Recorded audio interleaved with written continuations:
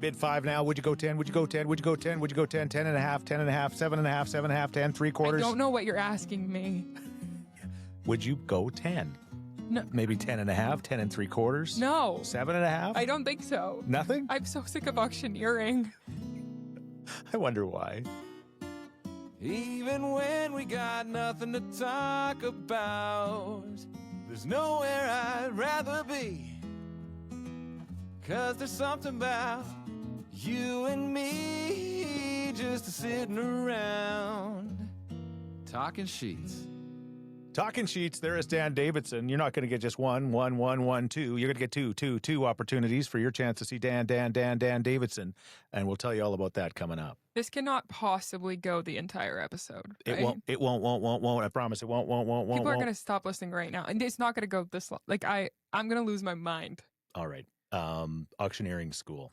Yes. I'm a graduate now. No big deal. Yeah. It was actually Auctioneering University. We'll get to that coming up I was going to shortly. say, we have that so far in the document, and you opened with it. We will tell you how you can see Dan Davidson and a bunch of other people and raise some money for charity. That's coming up. Also, how you actually toddlerize or toddler-proof your Christmas tree. Yeah. We got so many suggestions on how to do it. Mm-hmm. We'll get to that. Yeah, we just mentioned it on last week's podcast, and the Scheetz heads always come through. Mm-hmm.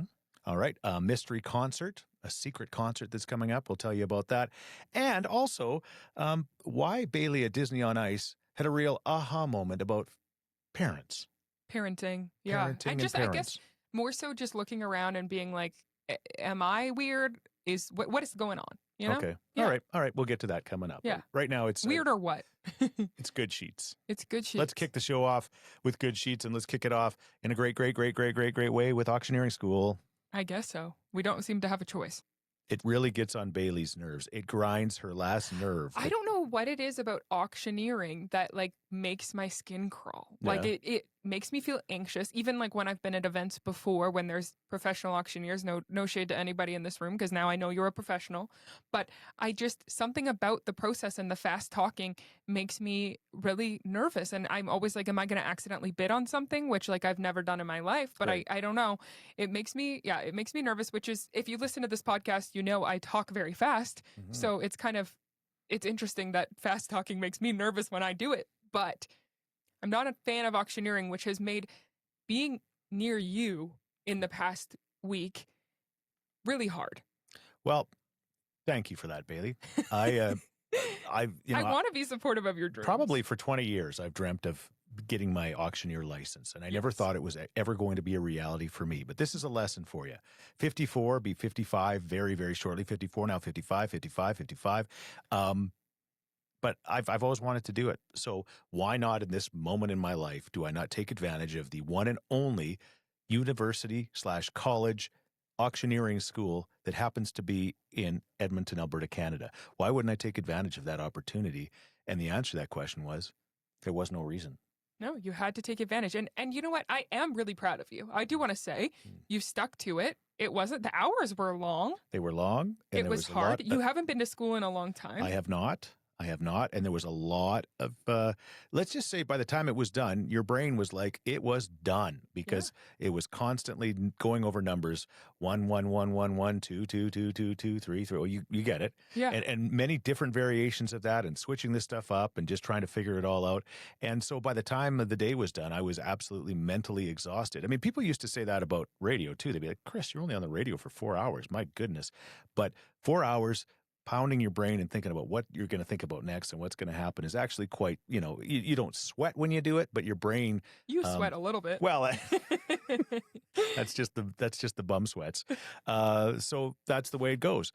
But at the end of the day, got her done, and I'm good to go, and I'm real excited. But you don't even understand the auctioneering, why there would be auctioneering. I'm just like, why don't we all have one conversation and decide who's going to spend the most money on something? Like everyone, I understand that maybe the live auction situation puts pressure and maybe gets more money for like charitable events and things like that. Which is what I'm going to use it for, I think that people have a deadline, a hard stop in mind. Why don't we all just write that down and have a nice little silent auction. Yeah, I was going to say that's what it's called, a silent auction. So let's just say the Thorsby stockyards where they sell the cattle. All of these like John Dutton cattle buyers are all sitting around in the ring, and they go, "Hey, you know what? I'll actually pay $7.20 for a pound, and so I'll pay $7.30, and they'll all just kind of work it all out. Yeah, like a round table discussion. And then you'd never ever actually need to do the auctioneering. Yes, that's my dream.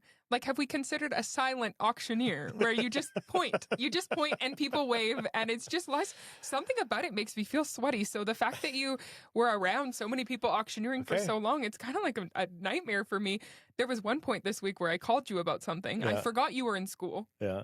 And you answer the phone, and in the background, I just hear 1 1 1 2 2 2. It sounded like you were in a cult. Oh yeah, so I was like, a cult. "Hi, do you need help? This doesn't sound normal at all. Do you want to walk people through what auctioneering school looks like? Like, what does a day look like? How do you get better at auctioneering?"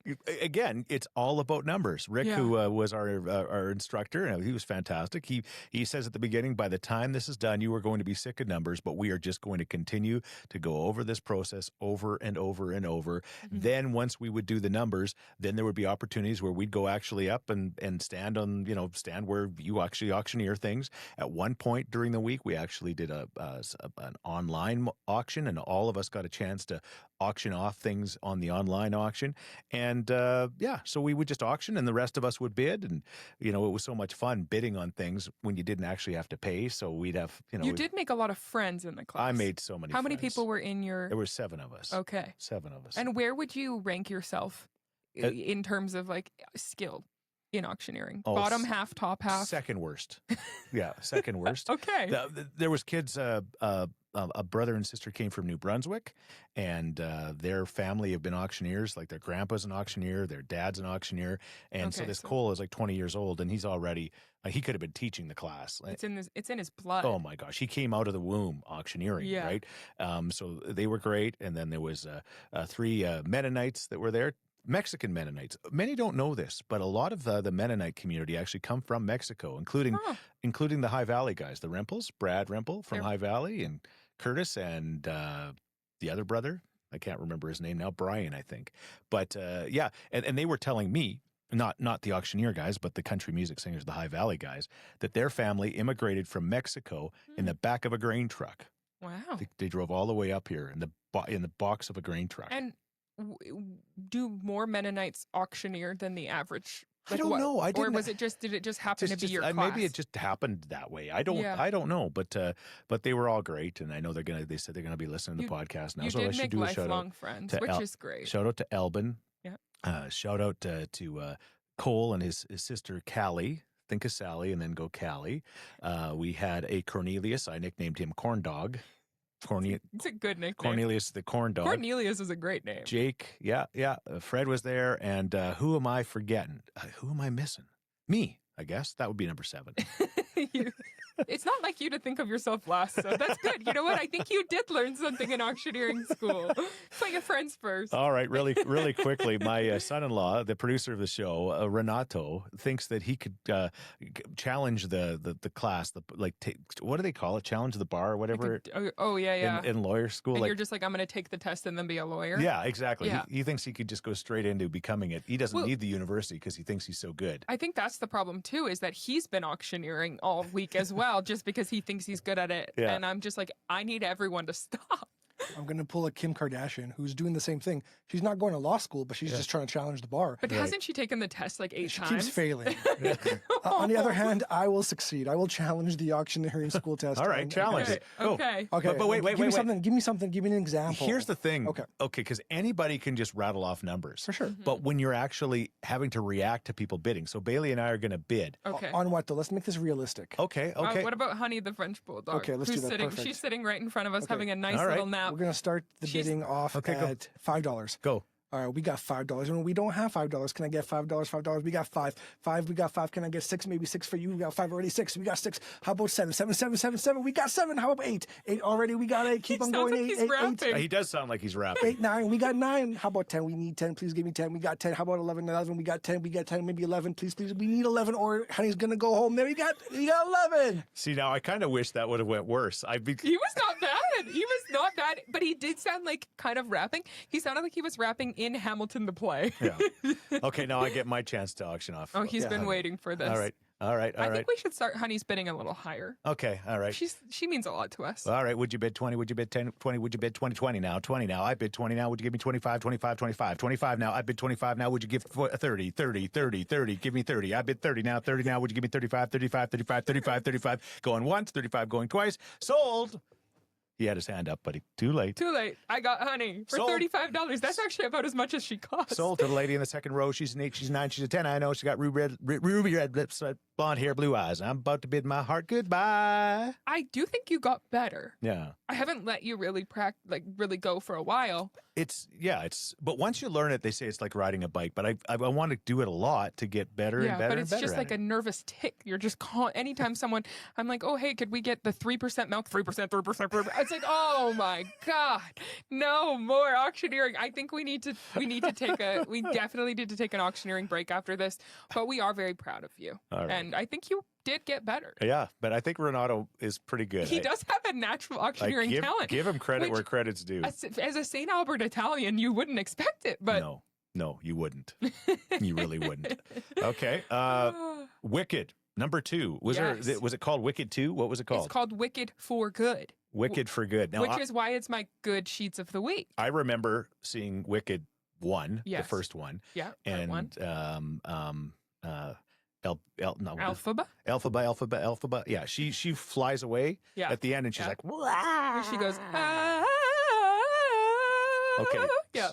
One of those two things she did. I think it was more like, No, she did her big note at the end of Defying Gravity. We should back up and say that Wicked is a film, if you haven't heard of it. Right. But it was also a play. It started as a play. Exactly. And This is a film based on a play. Based on Wizard of Oz. Yeah, exactly. Okay. Confusing, but it's not actually when you watch it. Okay. Yeah, it's built on the world of Wizard of Oz, but it's kind of its own story. Right. The part 1 came out almost exactly a year ago. Part 2, Wicked for Good, came out this past weekend. I got a chance to see it on Friday night. With some Scheetz heads. Well, with two of my best friends have a birthday in the same week. So Morgan's birthday is November 20th. Lauren's is coming up on November 26th. So we always try to do something special sort of in between. Okay. Because when you have two friends that are born in the same week, it's like we have to celebrate. Okay. So do you, one of those two friends more of a friend for you, or? as they're listening, which one do I like better? That's what I was going to ask. But they'd say, Chris, what about you? Which one would you like better? They're more like family at this point, but we love those girls very much, and it's their birthday like my week. Adopted daughters. So yes, okay. happy Diva Week to them. We went and saw Wicked for Good. It's my good Scheetz of the week because I really, really enjoyed it. Yeah. I hadn't been to a movie since a year ago when I saw the Wicked Part 1 in theaters. And in fairness, there hasn't been a movie to see. I feel like maybe the movie world has been kind of cruddy. Yeah, that's true. Or so many go straight to streaming and things like that. But even still, I don't think I've watched a movie since then. It's just our lives are too crazy to have time. We used to go to movies every week. Yeah. But do you remember your Christmas present for me? Yeah. What was it? It was the Movie Pass. Have you used any of them? Like a movie a month for a year. We went to one movie. So what happens? All the credits are gone? I don't know. We should look into that because I was thinking about that the other day. Yeah, we literally have not gone to we've gone to one movie. Life has been crazy. And what movie was it? It was the Tom Cruise one, I think. Wasn't there a Tom Cruise one? I don't know. I mean, there's always a Tom Cruise one. Yeah, there's always, Tom Cruise is always up to something. But Wicked for Good was just, it finished off the story really well. So basically, the play Wicked was broken into the first act and then the second act, as most plays are. The first act was part 1 of the movie. The second act was For Good, which just came out. And I'm a theater nerd. Wicked is very important to me. So I know that I went in knowing I'd love it. I go into most movies knowing I'm going to love them. So I'm not a harsh critic. If you saw it and you're like, it sucked, don't blame me. I loved it. I loved the songs. I cried. I thought it was really, really well done. Okay. And really true to the play that I love so much and have loved for 20 years of my life. Which is most important. Yeah. Okay. Awesome. All right. Wicked for Good. Mm-hmm. In theaters it's my good now. Scheetz. They need more money, I'm sure. Oh, they do. They so do. All right. Bull Scheetz brought to you by Cook County Saloon and Steakhouse. Man, they've got the club is expanded now. You have to see what they've done if you haven't been there for a while. And again, the steakhouse is fantastic. We've had a chance to enjoy it ourselves. Oh. Yeah, it's so good. Yeah. The food is amazing. The steak is cooked perfectly. They have so many different options. Their pasta's good. their bread, when it comes out, has a brand on it that says Cook County Steakhouse. And I thought that was And really I assume cool. the food's very reasonably priced. When you guys all went, I picked up the bill. I didn't actually see the bill because your mom just used it. It was a great discount. Yeah, it was great.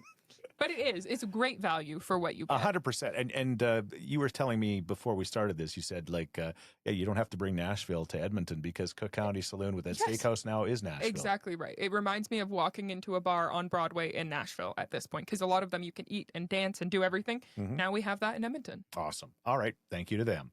Mm-hmm. We're going to let Renato, the auctioneer, give us the first bullsheets of the week. Yeah, and he's been getting bold. He's been requesting parts of the show. He says, I have a real bullsheets to talk about this week. All right, what is it?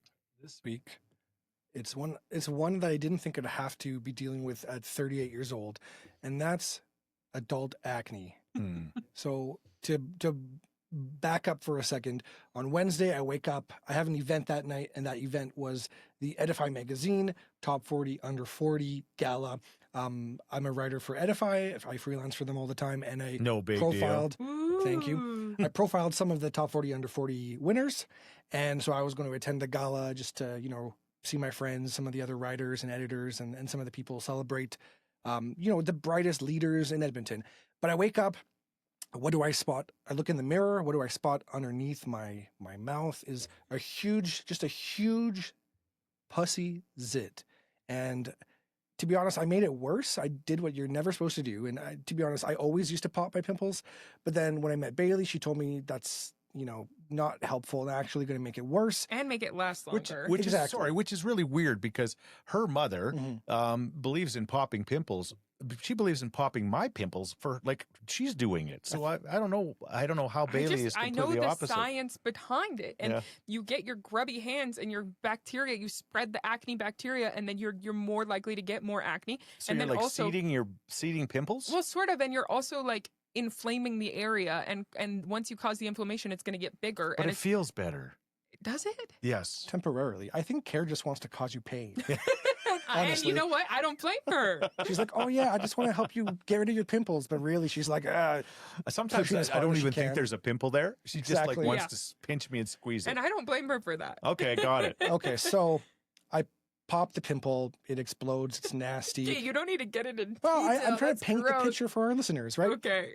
I'm a writer after all. And then Baillie comes in and she's like, what did you do? You ruined this. It was bad. Yeah. So she takes the alcohol and a little pad and, dabs it off. I'm trying to do damage control. Exactly. It was too late. The damage was done. But she put on, and this is the first time I've ever used it, was a pimple patch. Mm-hmm. And it was weird. I had never used one before. It's a hydrocolloid bandage that absorbs moisture and usually makes the blemish go away, dries it up more quickly. But what happened was it turned into a monster pimple, because two you pimples. Popped it. Because I popped it, so we needed 2 pimple patches. And it was just, when you got to double up your pimple patches, that's serious It's stuff. not a good situation. It wasn't good. And I just, for the first time in my life, maybe I felt self-conscious at the top 40 under 40 gala. But, hopefully people overlook that. I did offer to put makeup on.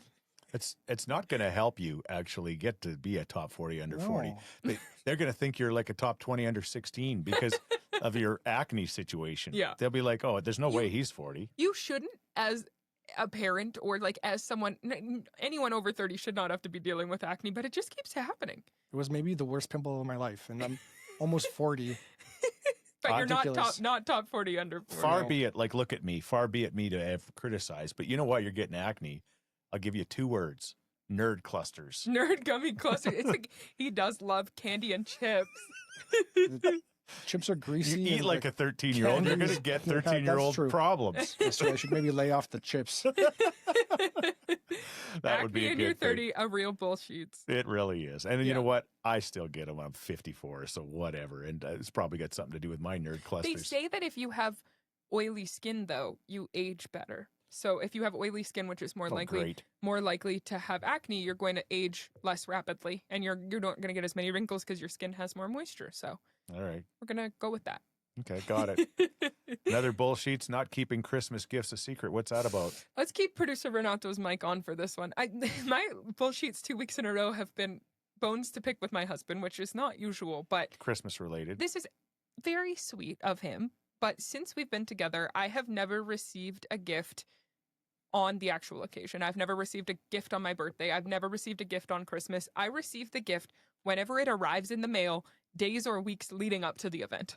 So But he cannot wait. he gets He's so excited he for you puts to get your gift. Yeah, which is so sweet. And he puts so much thought into it that the second FedEx drops it on the step, it's in my hands. And this time he bought me something very nice, but he made Leona give it to me because he knew I'd be mad at him if he gave it to me early, but he could not. He literally just gets so excited that it's arrived that he just cannot keep the secret any longer, and he just gives it to you right away. And I'm not a gifts person. I wouldn't say I'm a great gifter myself, and I don't really care that You much come from about a long list of bad gifters. I just don't. It's not something that I really value, but I No. love that he puts in the effort, and I do really like a gift. It's not your love language. It's not my love language, but if I was to get a gift, I would prefer to get it on the day and make it special. Like we talked about how I love Christmas.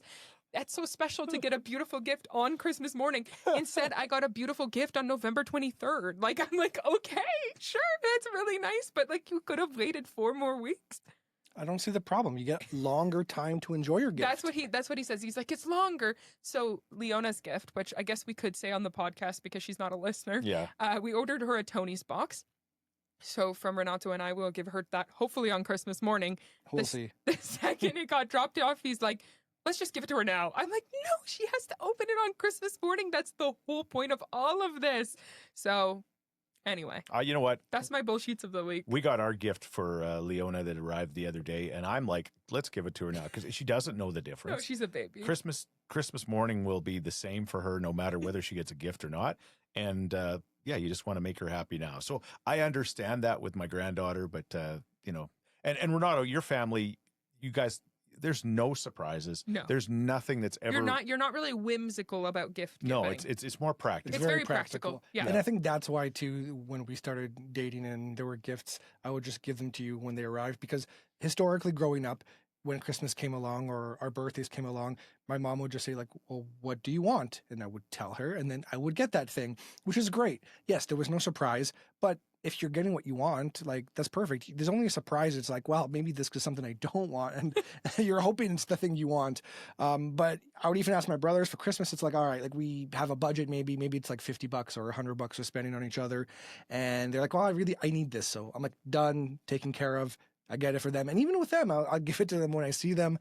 Or sometimes I'll be like, you buy what you want. Or you'll just give them like money. Yeah, you buy what you want, and I'll send you $100. Which at that point, it's like totally transactional. It's not a gift. It's not a special. Oh, it works for How do you us. feel now though that we have Leona? Like you want to give her something and surprise her, no? Like what she needs right now is clothes that fit her because she's growing rapidly. But you're not going to just buy her some sweatpants. Like you want to buy her something special. That's true, and I do pride myself in being an excellent gifter. And You are. You've told the You're listeners just that not I am. great at timing.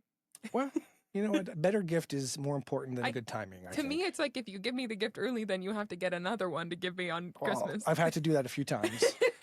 I'm just asking the question: Is a good gift something practical that's needed, or something that you never dreamt you were going to get and surprises the living you know what out of you? I think it depends who you are. It can be both. Yeah, Yeah. I think it depends who you are. I would rather be surprised. Yeah. I will buy my own socks. I'll buy my own toothpaste.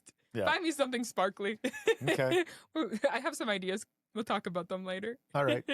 Maybe it's got something to do with custom Carmen Goldsmith. Maybe. We'll see. All right. Let's do what's trending, what's up, what's going on. Brought to you by Londonderry Dodge.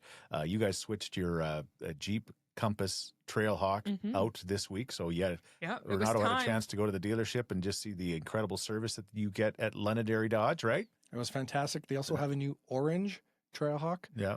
this year, and oh man, that's such a beautiful color. Yeah. It's like Oilers orange. It is. Yeah. You were yeah. kind of tempted to just slip see if your key fob worked in that one to drive it out of Hey, there. that's a gift I would take. Yeah. Absolutely. Okay. But we got a beautiful white version of the Jeep Compass Trailhawk, Yeah. which is so funny because we had a white one originally, and then that one got sold. We swapped it out for a light silver one, and then that one got sold, and then we just got a white one back. And what I love to think about is our neighbors just seeing us pull in with like these almost identical vehicles but and just not quite identical. wondering if they're going crazy because we're just, or it's like these people are weird. They just keep buying the same car. You know why they're selling those vehicles? Because they do a great job. You've got a lot of Yes. choices out there, but Yeah. Londonderry Dodge is the place to go. I've got the Ram. It's a beautiful black, the Black Beauty. Literally, it's a Ram Rebel truck. It's a cool 2026. They were, of course, they're selling the 2025s to make room for the 2026s, and now is the time to go to Londonderry Dodge.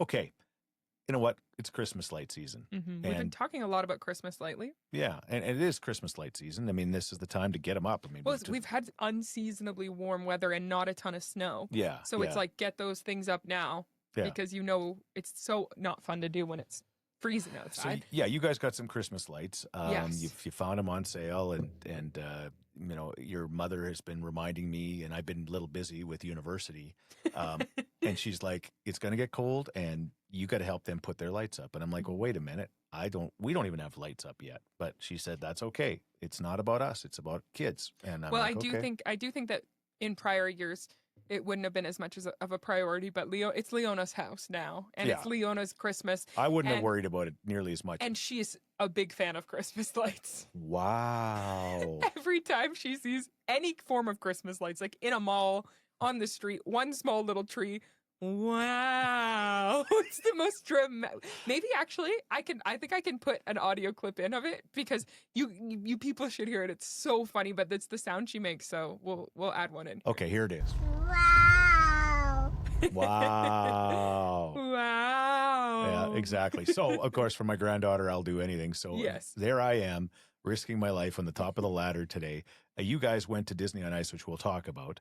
You were on ladder on ice. And I was like, oh my gosh, and these things they're kind of Christmas lights. They're kind of, but they're all year long, and you put them underneath the soffits. They're the new LEDs that stay on smart lights. I don't know if it's lame to have those, like, because I do love the traditional Christmas light that like goes on the top, but it's so messy. Half of ours burnt out last year, and then it just looked so messy and bad.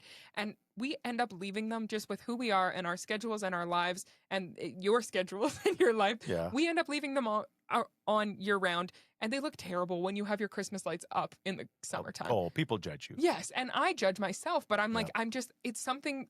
Keep in mind, we also have like a bungalow that's very short. Like, we have an easy house to put lights on theoretically, but we will just end up That's leaving. what you think. Yeah, I've never done it. Exactly.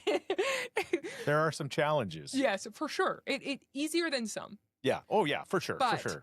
I was like, you know what? I think we need to spend a little bit more, and we found a really good pre-Black Friday sale on those LEDs you put underneath, because if we're going to leave them up all year, let's like not have them look terrible on the house. Yeah, you can do, again, when it's Halloween. You can do it. You can do it for Oiler wins. You can do it for whatever, right? Yeah. So that's all exciting. So Renato and I are going to get started on that today before you guys go to Disney on Ice. Renato and I get started on this project, and it is crawling along. Yeah. And things are getting frustrating, and I'm like, this is going to take minimum 10 hours to do. Yeah, you come in and I'm like, how are things? And I'm the one who picked out these lights and had this vision. And both of you looked at me and I was like, uh-oh. I honestly didn't think it was going to be such a project. I thought you just stuck them up there, which you could. Yeah, but we got to drill them up and screw them. Do all this stuff. I didn't think about the labor involved. It's hard to reach because of there's planters and whatever. So fine, you guys are going to head out. And I'm like, okay, well, I'm going to do a little bit more. I'm going to try to do this a little bit more. And which is so nice, by the way. Your mom comes out with me while you guys are, again, enjoying Disney on Ice. Renato's having a beer there, which is another story we'll talk about. And then Kara and I just get in a rhythm with this thing. And, there's something to be said for somebody you've been with for 40 years. You just... Because Renato and I, we were not... I mean, I enjoy doing projects with Renato. I was going to say, you two do a fair amount of projects, and you actually work well together. But maybe not as... So, Kara and I just kind of put our heads down, and, an hour and a half later, you guys come home from Disney on Ice. And the lights are done. Yeah. And there's more than I even thought. Yeah. You went around the side of the house to do the alley, which is so nice. Yeah. They looked amazing. We almost cried when we saw them because we expected 4 lights to be up. And we were like, that's fine. We'll finish it later. We were even talking about paying someone to do it because we're like, this is just... Oh, I said, I'll give somebody $500, $1,000 to do this job. This is too much. Uh-huh. And so it was really, for you guys, we frigged off and went to watch Disney on Ice, which was amazing, but it was so nice of you to stick around and do the lights. But it also makes sense Mom is like the dream project manager. Yeah. Like she can look at something and be like, here's how to make it better. Yeah. That's why she's the executive to the executive to the executive producer of this show. And she literally said, you know what, why don't there was some pieces and a screw that you had to give me, and then the drill, it was just this little, but we got in a rhythm doing it, and so we got it done, and it was like a Christmas miracle. And they're beautiful. We'll post a picture or a video of them on Talking Scheetz. I feel good about it. Yeah, I feel good about that. We were shocked. Yeah. And we're very, very thankful. Leona, what did Leona say? Wow. She said, wow, when she pulled up to the house. And when you hear that, it's worth it. Oh, yeah. No. I did not do it for either of you two. I could tell you that. The most amazing thing is you're not going to have to do it again. No. Because they're permanent, which is why I thought that this was a good idea, because I knew that if my husband and father have to risk their lives to do something, let it only be once. Yep. We also have a brother who's a firefighter. I was like, can he just bring the truck? Like, Yeah. how does that work? I was thinking about that when we first started, trust me.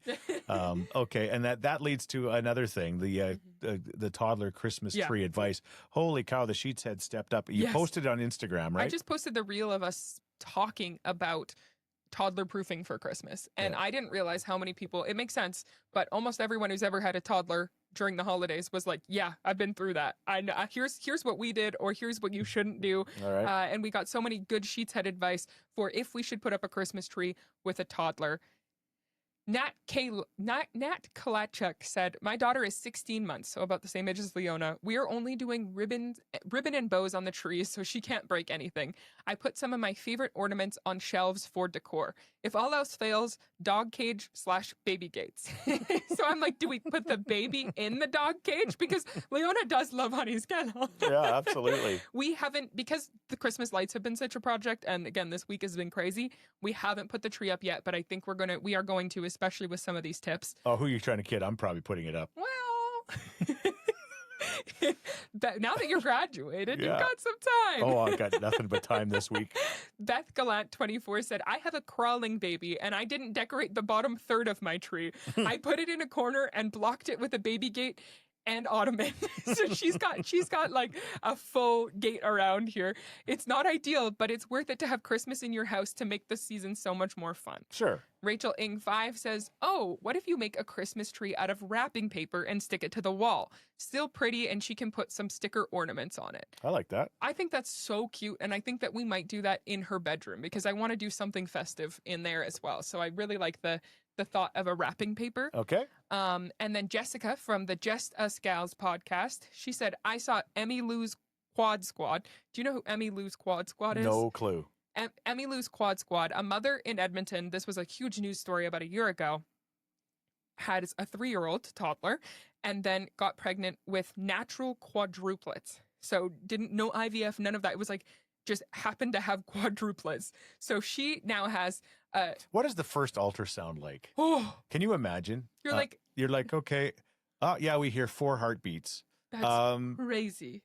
If that happened to me and they said, oh, your wife, they hear 4 heartbeats, my heart would stop at that moment. Yeah. It's like, and they're doing so well, and the family's incredible. Awesome. Yeah. I had no idea. But So 4 car seats, 4 cribs. Well, Yeah, 5. 5. But the toddler's a bit older. But 4 at one time, all Yeah. at one time. We talk about how Leona is such a tornado, and that's how this all started, which how do we put up Christmas decor? Because she, like, how many drinks did she spill today? Yeah, like 6. She's just always into something. Yeah. And she's like the happiest Godzilla of all Yeah, time. it literally takes 3 people to watch her now that she's walking. Yeah. So when you got 4, basically 5, I mean, a 3, it's not like the 3-year-old is, taking care of business. no, not driving them around. Yeah. So anyway, this was tips via Just Us Gals podcast from Emmy Lou's Quad Squad. She says she put a massive box wrapped in front of the tree to keep hers at bay.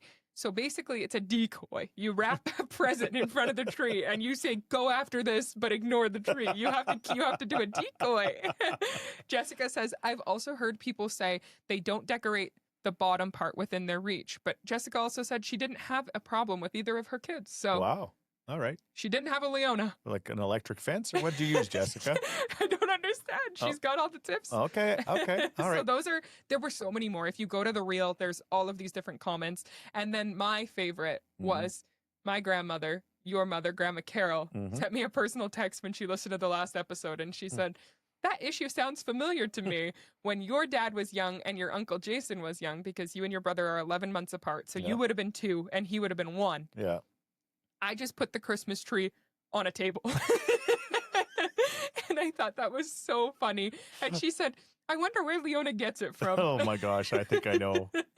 I think I know. Sometimes it skips a generation. Yeah. In this case, Yeah. I sounded like a Grinch last episode talking about the fact that I don't like decorating, and Kara's got all these plans and all these things, and we got literally underneath our stairs is just full of Christmas decorations, which is good for her. Oh, but she does such a beautiful job. She said this year we might just fire the tree up with just the lights on it, no decorations, probably because of our granddaughter in some respects. But she also said it's becoming less is more now. So I'm I'm so excited. If we don't have to decorate the tree, I am like, that's like winning a lottery. Take that long. Well, whatever. It takes 45 minutes.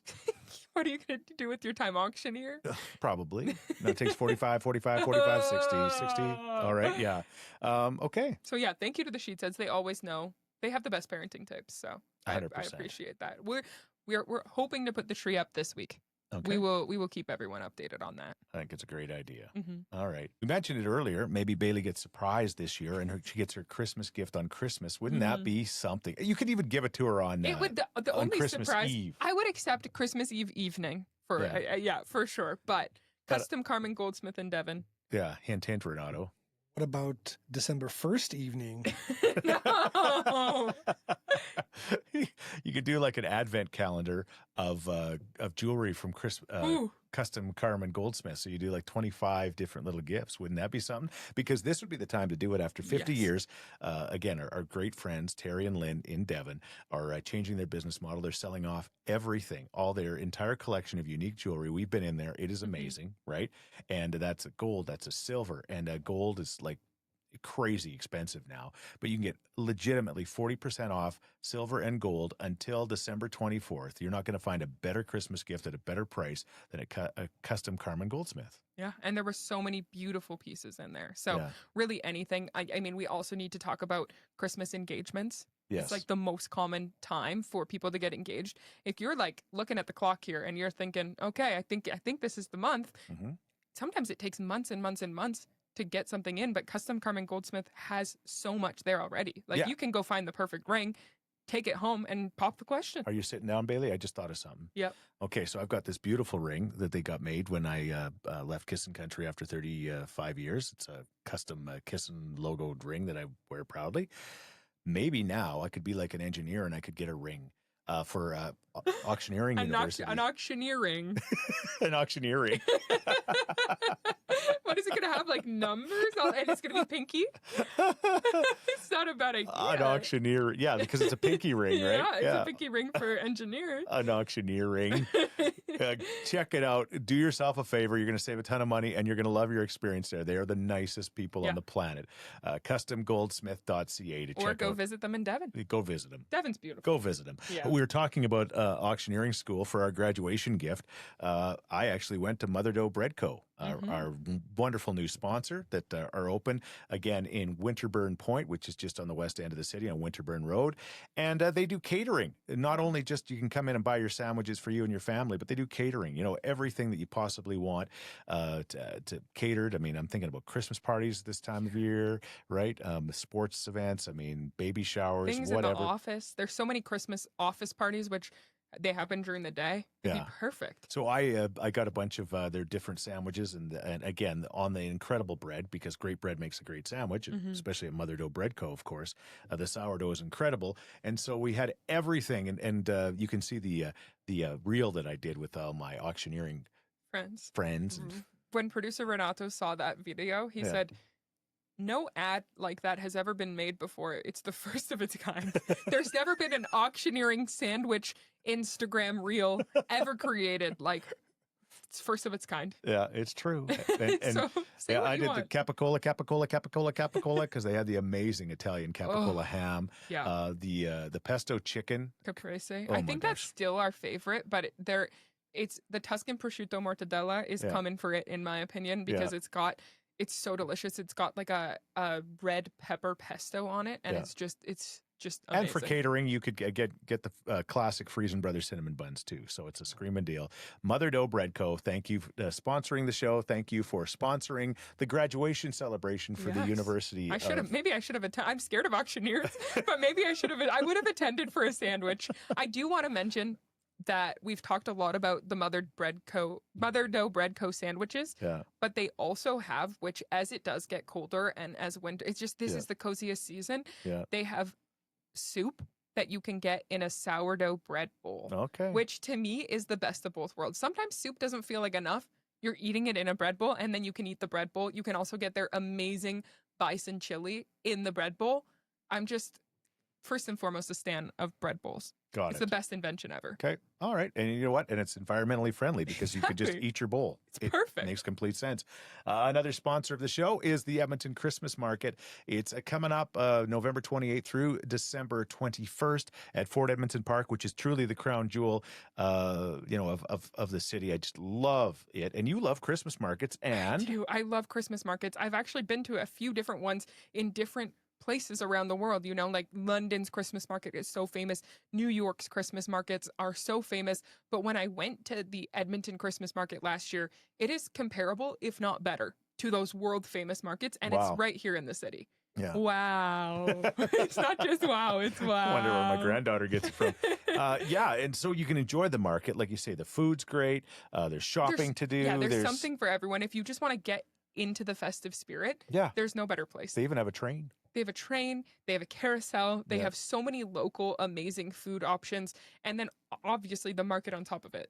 With all of the Christmas events and you can buy something for everyone there, which is great. Did you say you could buy? You could buy something for everyone at the Edmonton Christmas. Turning you into an auctioneer. It has to be contagious at this point. I think it really is. And again, the Christmas market is there, but they have a long list of shows at the Capitol Theater, which is just an unbelievable location. It's like 243 seats in it, so it's very, very intimate, but it's fantastic. And two of those shows are near and dear to my heart because the organization that I proudly work for, called Alberta Dreams, is going to be part of two country music shows. The first one is coming up on November 29th. That's a Saturday night. Dan Davidson, who sings the Talkin' Scheetz theme song, along with Clayton Bellamy. Clayton is one of our favorites from the Roadhammers, and he does an incredible solo career. He's done his Tom Petty show, but those two are going to do an unplugged acoustic show on November 29th. Get your tickets now, and you can get them at YEG, Y-E-G, Market, xmasmarket.com. Y-E-G-X. If you just Google Dan Davidson, Clayton Bellamy Christmas Market. Or just Edmonton Christmas Market. You'll get it. And you can get your tickets, and you can also get admission to the entire market as well. It's just a screaming deal.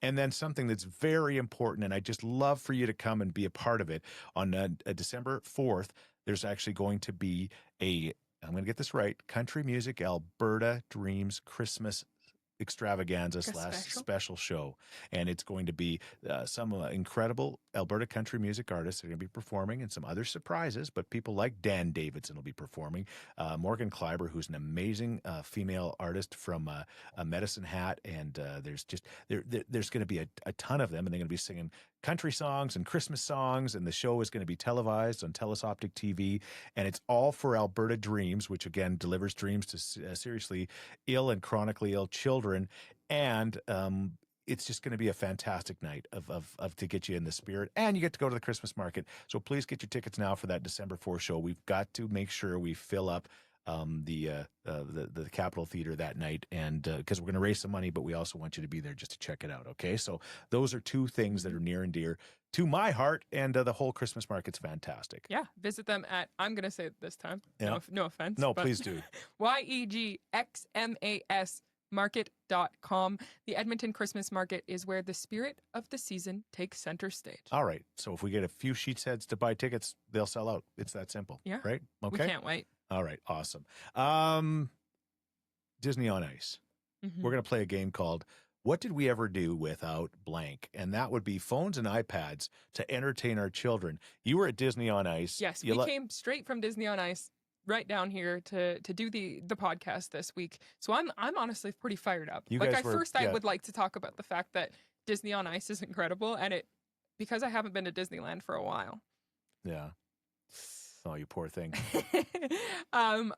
It filled that void, and it just felt so magical. And being in a room with so many excited kids and parents, and then bringing Leona.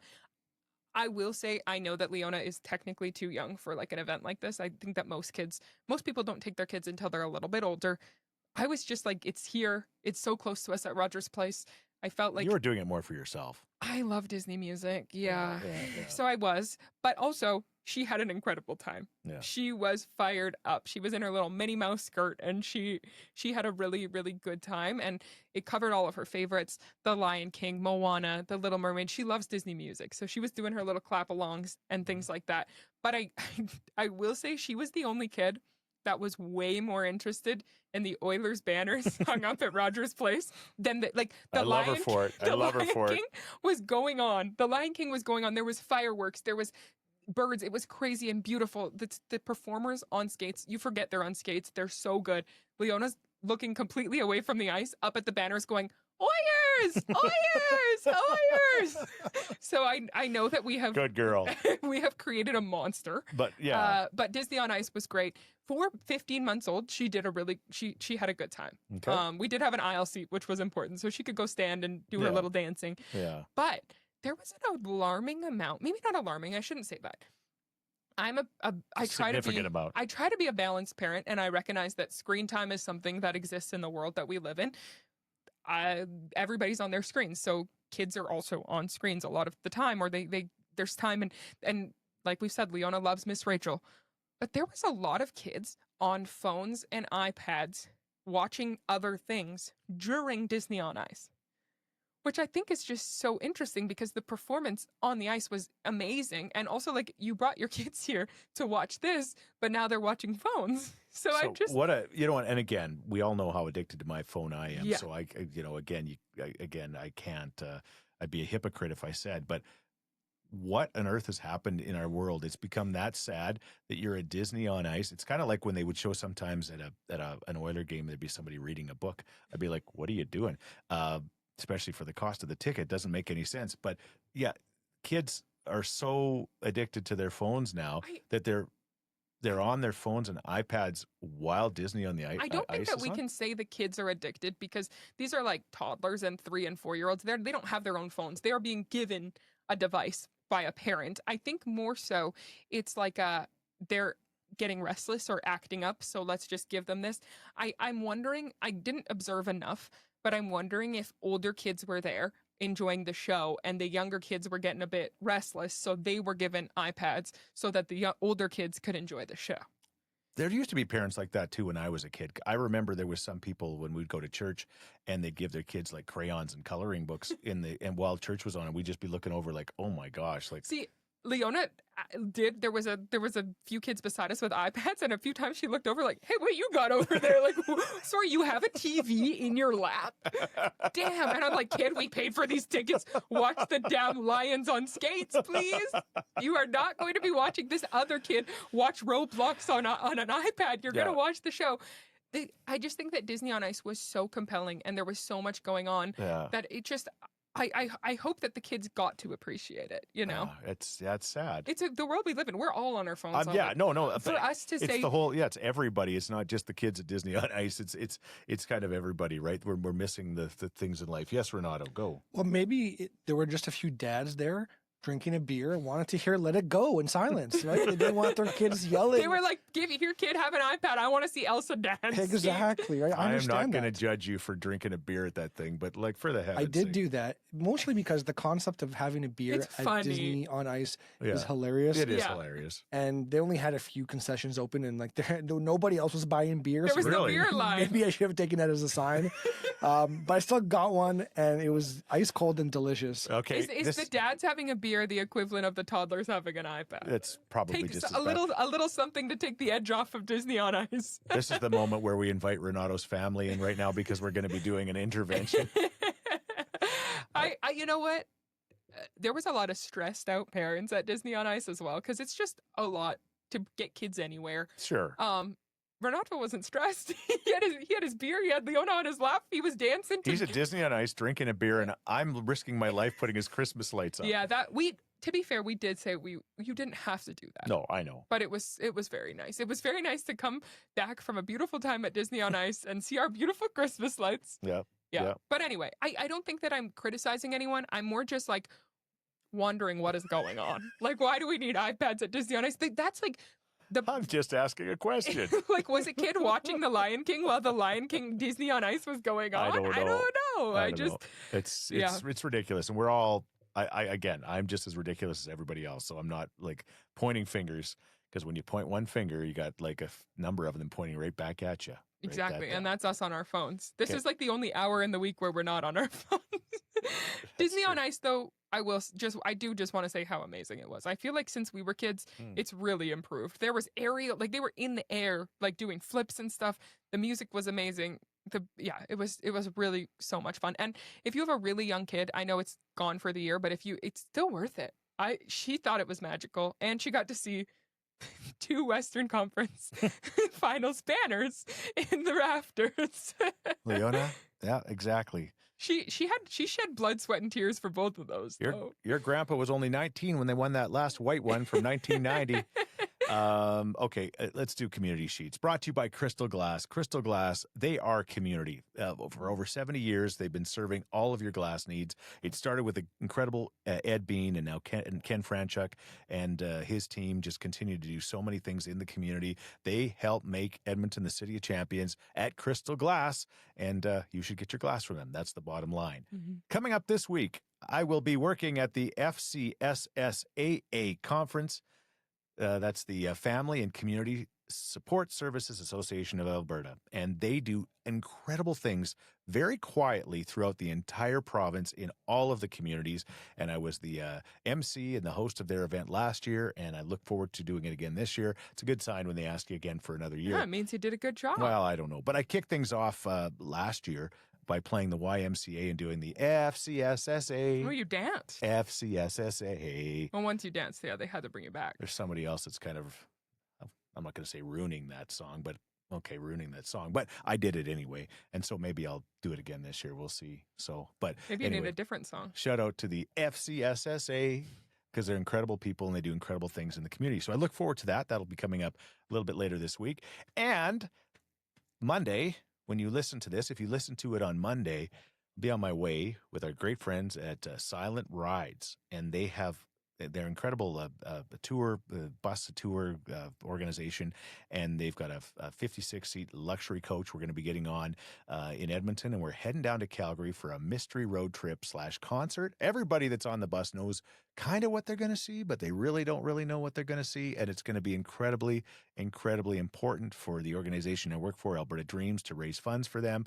And you can follow along on social media. You can find out exactly what's happening and how cool it's going to be. So looking forward to that.